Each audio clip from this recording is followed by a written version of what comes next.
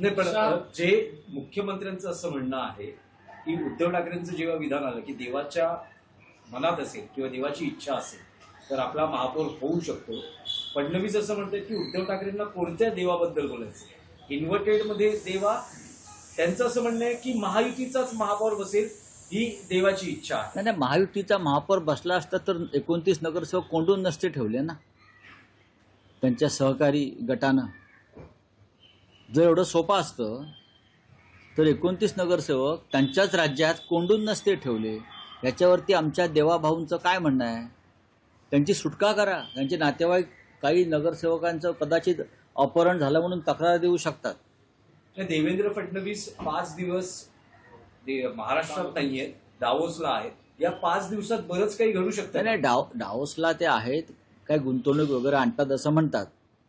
ते अनेक वर्ष डावोसला जातात, पण गुंतवणूक का महाराष्ट्रात दिसत नाही कुठे.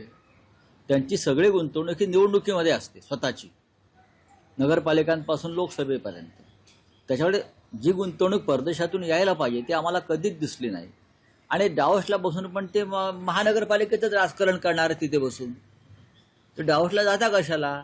मग इथे बसून डावोसची इन्व्हेस्टमेंट आणा ना तुम्ही. नाही, पण स्कोप आहे शिवसेना उद्धव बाळासाहेब ठाकरे पक्षाला, जेव्हा फडणवीस हे महाराष्ट्रात नाहीये, अनेकांशी संपर्क संवाद. फडणवीस महाराष्ट्रात नसले तरी ते राज्याचे मुख्यमंत्री आहेतच ना.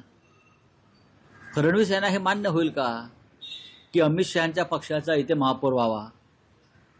याचं उत्तर मला तुम्ही द्या की देवेंद्र फडणवीस यांना हे मान्य होईल का की अमित शहा यांचा जो पक्ष आहे आणि त्याचे जे 29 नगरसेवक आहेत त्यांना कोंडून ठेवलं आहे आणि जे हट्ट धरून बसलेत की आमचाच महापौर करा, हे फडणवीस करतील का? मी फडणवीसांना जे काही ओळखतो बरं का, ते वेताळाप्रमाणे हट्टी आहेत एवढं सांगतो.